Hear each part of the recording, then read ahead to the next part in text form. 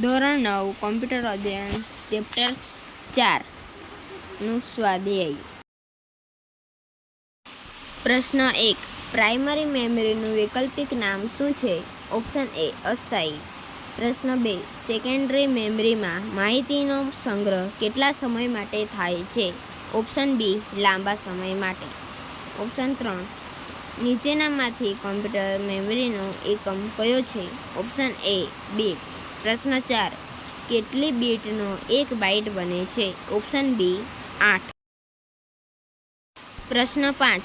નીચેનામાંથી કયું LIFOનું ઉદાહરણ છે? ઓપ્શન સી પેપરની થપ્પી. પ્રશ્ન 6.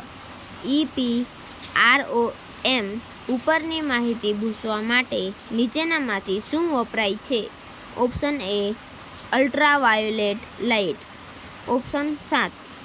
પેન ડ્રાઈવમાં કયા પ્રકારની મેમરીનો ઉપયોગ થાય છે? Option C EEPROM. પ્રશ્ન 8. કોમ્પ્યુટરના સેન્ટ્રલ પ્રોસેસિંગ યુનિટમાં કયા પ્રકારની મેમરી ઓછી અને અતિશય ઝડપી હોય છે? Option C cache. પ્રશ્ન 9. નીચેનામાં કયું સેકન્ડરી સ્ટોરેજ ડિવાઇસ નથી? Option A cache memory. પ્રશ્ન 10. નીચેનામાંથી કઈ સંખ્યા પદ્ધતિ કોમ્પ્યુટર ડેટાને યંત્ર વાંચી શકે તે સ્વરૂપમાં મશીન રીડેબલ ફોર્મ વધારે અનુકૂળ છે? ઓપ્શન એ બાઇનરી. પ્રશ્ન 11. કઈ પદ્ધતિમાં 2 અંક 0 અને 1 હોય છે? Option B binary. પ્રશ્ન 12. પૂર્ણાંક સંખ્યાનો કોમ્પ્યુટર મેમરીમાં સંગ્રહ કરવા માટે કઈ રીત વપરાય છે? ઓપ્શન એ ચિહ્ન સાથેની સંખ્યા પદ્ધતિ. ઓપ્શન બી 1ની પૂરક પદ્ધતિ. ઓપ્શન સી 2ની પૂરક પદ્ધતિ.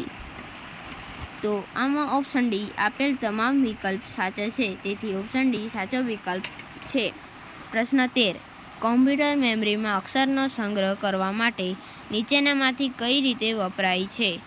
Option A ASCII. Option B Unicode.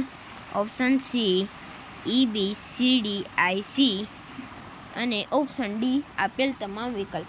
તો આમાં બધા ઓપ્શન સાચા છે, તેથી વિકલ્પ ડી સાચો વિકલ્પ છે. આવા અન્ય વિડીયો જોવા માટે અમારી ચેનલને લાઇક, શેર અને સબસ્ક્રાઈબ કરજો. આભાર.